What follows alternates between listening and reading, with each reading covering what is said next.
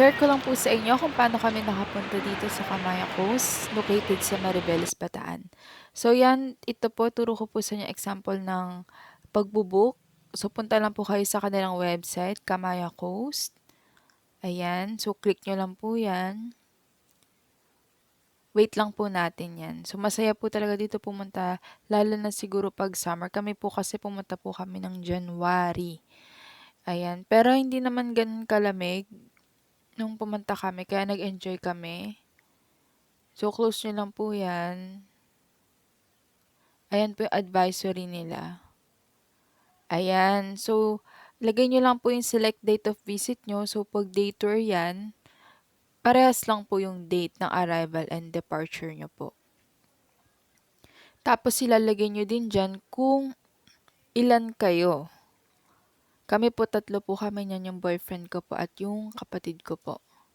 So, example lang po itong pinapakita ko sa inyo kung paano po mag-book.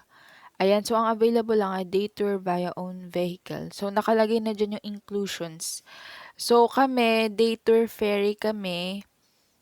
Siguro fully booked na kaya hindi lumabas yung day tour ferry. So, I will reserve. Yan lang po yung i-click. After nyo po magbayad, makaka-receive po kayo ng booking confirmation sa email nyo po or check nyo po yung spam nyo. Dito po sa Esplanade Seaside Terminal po yung terminal ng ferry.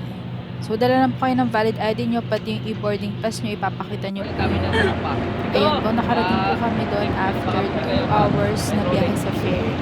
So, kasama sa binayaran namin yung Kamayang Coast Entrance, Beach and Infinity Pool Access, Aqua Fun Water Park Access, Inflatables Water Park Access, pati po yung mga gagamitin sa activity gaya po ng kayak, bicycle, volleyball, frisbee, badminton. Kami po, ang nagamit lang po namin dito ay bicycle. Tapos, subject for availability pa po yun. Meron din po dito locker rental. Pero kami po hindi na nakapag-rent. Dinala na lang po namin yung gamit namin kasi napuno na po. Nung time na balak po namin mag-rent.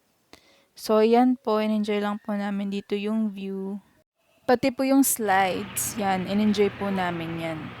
So, bago po kayo makagamit nung inflatable water park access, pati po yung mga activities na kayak, bicycle, volleyball, frisbee, badminton, kailangan nyo po muna magpa-register.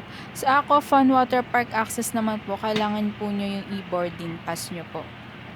So, yun lang po.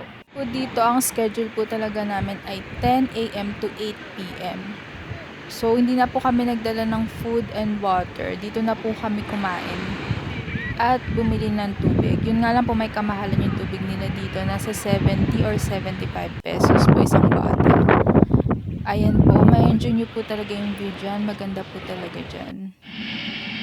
Ayan, bago po mag-7, 8 po yung alis namin. Pero bago mag-7, nakahanda na po kami. Babalik na po kami sa ferry. So, kailangan maaga ka po para makapili ka rin ng pwesto mo sa ferry.